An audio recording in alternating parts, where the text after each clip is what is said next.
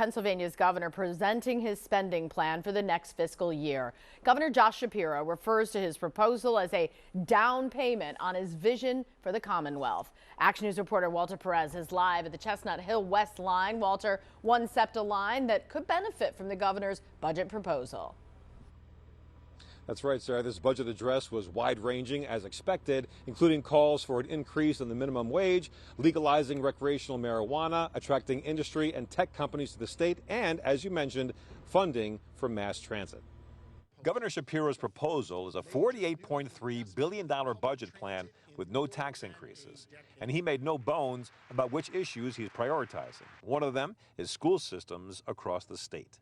My budget invests $1.1 billion in new funding this year for our schools. That kind of funding would expectedly satisfy last year's court ruling that determined Pennsylvania needs to improve funding for public schools with a sizable amount earmarked for poor school districts. Jerry Jordan, president of the Philadelphia Federation of Teachers, says this would not just be a win for the city. Certainly, I represent Philadelphia's children, but children across the Commonwealth will have the opportunity to have a better education. Shapiro's fiscal plan would also provide $1.5 billion for public transit over the next 5 years.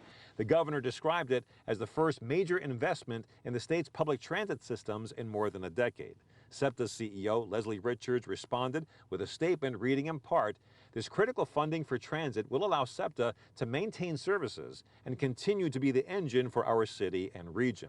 That is music to the ears of Ann Dicker, who's been rallying the community against the prospect of drastic cuts to rail and bus service linked to SEPTA's lingering budget shortfalls. I just hope that the legislature follows through and that our representatives here in Philadelphia really make sure that SEPTA gets funded.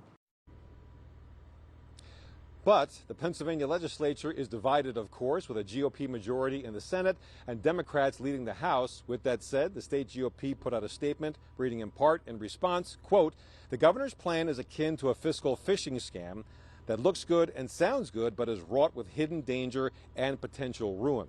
Appropriations Committee hearings begin in about 2 weeks. Meanwhile, a link to the full speech can be found right there on 6abc.com. Reporting live from West Mount Airy, Walter Perez, Channel 6 Action News. Brian? And so the spending debate begins again. Walter, thank you.